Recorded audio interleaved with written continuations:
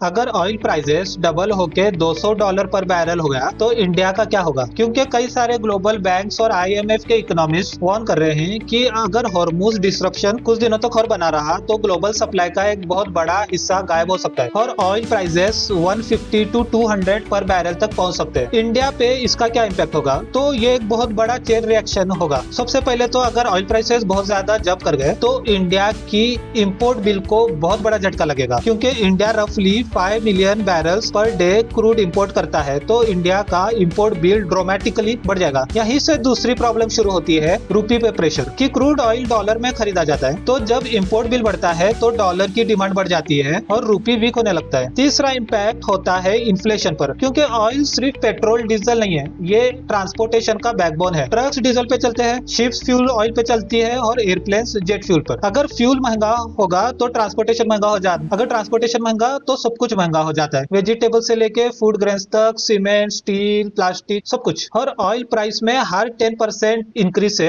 Inflation 0.4 से 0.5% increase हो जाता है। तो इससे चौथा इम्पैक्ट पड़ेगा इकोनॉमिक ग्रोथ पर। सो अब पांचवा इम्पैक्ट पड़ेगा स्टॉक मार्केट पे, और कुछ सेक्टर्स तो क्रूड प्राइस से डायरेक्टली इफेक्ट होते हैं। एयरलाइंस के लिए जेट फ्यूल ऑपरेटिंग कॉस्ट का लगभग 40% होता है। पेंट कंपनीज का रॉ मटेरियल क्रूड डेरिवेटिव से बनता है। फर्टिलाइजर कंपनीज एनर्जी इंटेंसिव होती है और ऑटो सेक्टर में डिमांड स्लो हो सकती है अगर फ्यूल महंगा हो गया। इसी वजह से जब ऑयल स्पाइक होता है तो स्टॉक मार्केट में वोलेटिलिटी बढ़ जाती है। पिछले एक महीने में निफ्टी लगभग 8% तक गिर चुका है और इन सब की वजह से आता है गवर्नमेंट का सबसे बड़ा डिलेमा। गवर्नमेंट के पास दो ऑप्शन होते हैं, या तो पेट्रोल डीजल के प्राइसेस बढ़ने दे जिससे इन्फ्लेशन बढ़ेगा, या तो टैक्सेस कम करे और सब्सिडी दे जिससे गवर्नमेंट का फिस्कल डेफिसिट बढ़ जाएगा, और दोनों चीज का एक कॉस्ट होता है।